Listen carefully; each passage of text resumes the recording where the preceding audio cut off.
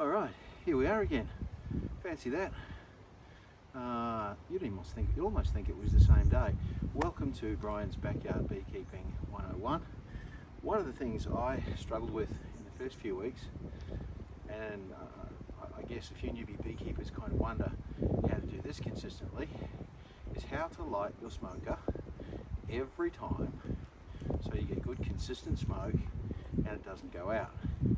Now that can be a problem if you're in a rainy climate, or if it's going to rain, that's the day you have to do your beekeeping, and you're planning to collect fuel on the day, but you get to where your hives are and everything's wet. So the answer to that is to preparation. Oh, and by the way, if you like my beekeeping videos, it would be awesome if you could subscribe. It's a channel I'm trying to grow, not because I want to be the biggest authority in the world in bees, never dream of that, but I do have learnings and I'd love to share them with you without any pressure. Just, hey, I'm a backyard beekeeper, learning as I go, so by all means learn with me. In my last video I talked about hive insulation. In the background you saw this gear. Well, this is my smoking setup. Not cigarette smoking. I'm strictly a non-smoker, very, very strict. However, if you want to get a smoker lit up, you've got to have dry fuel, you've got to have something that lights easily, and you've got to have a good setup for it. So here's my setup. Newspaper, remember these? What's the date on this? I reckon we haven't seen one of these in ages. Gosh, 2023, so this one's only 2 years old. But nice and dry. I also have what I call my kindling sort of box, and I've got leaves, I've got little twigs and some larger bits of wood as well, all nice and dry. I store it up during summer and I leave it in the shed behind me over the winter, so that if I need to, light up a smoker, I've got the fuel I need. It's always there, it's always dry, and it's always ready. Best of all, it's easy to find. Use these little boxes from like IKEA, or if you're an American, Home Depot or Big W or Kmart or any of those places. These are perfect for that kind of thing. As you can see, I've got one for my hive tools. And on hive tools, honestly, this has got to be one of the best Christmas gifts I've ever had. This little beast, it's actually branded Flow Hive, but never let that get in the way of a good story. Some people are Flow Hive fans, some people are not.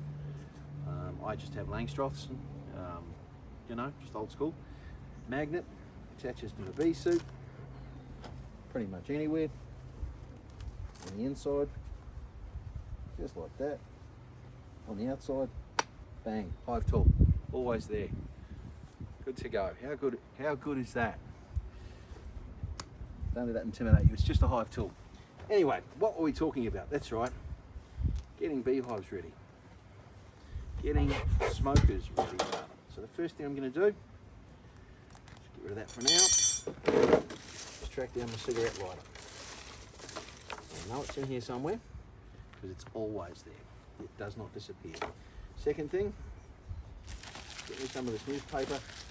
I'm going to scrunch it up. So I'm not going to scrunch it up a lot, because I want it to have airflow, but I can't have it filling up the whole thing. So this is going to be what my fire sort of nests in. And once I've got my fire nesting, and different people do this different ways.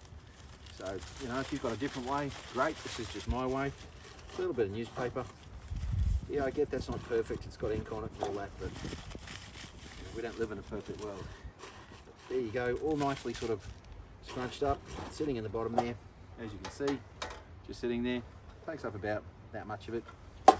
Next thing I'm going to do is I'm going to have a good look here, and I'm going to select, what I'm going to put in there first. It's going to be a mix of, initially, probably some leaves and some small sticks, small twigs, and then some bigger stuff a bit further down the track.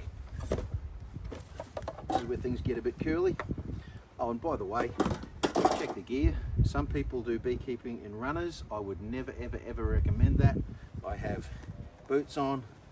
This is rolled over. Trackies under that. And yes, they're tucked into my socks. Super nerdy, but you don't know pain until you've had a few bees attack your ankles and you're wearing runners. I have seen the aftermath. It's ugly. So Wellington boots or similar, and your beekeeping gear tucked over the top. Right, let's get into it. This is what I promised. Let's light them up. there we have it. We have flamage. A little bit of flame.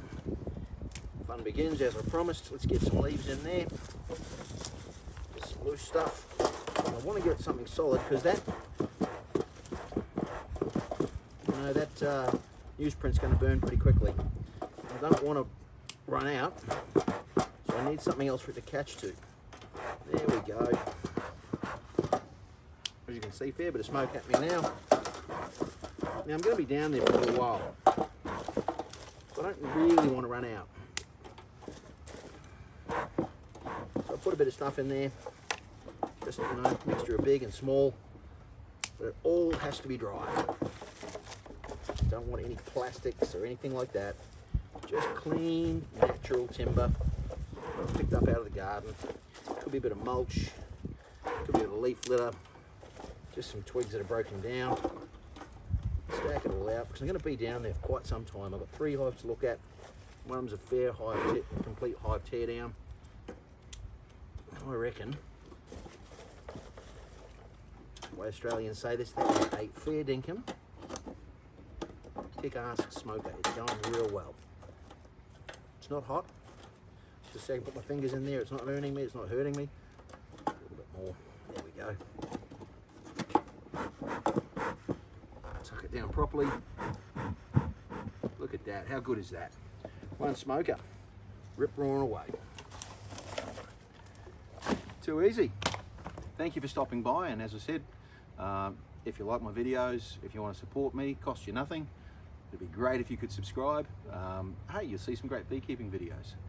Might tell the odd dad joke, so just be warned. But thanks, my name's Brian, and the channel's Not That Brian. This Brian. Thank you.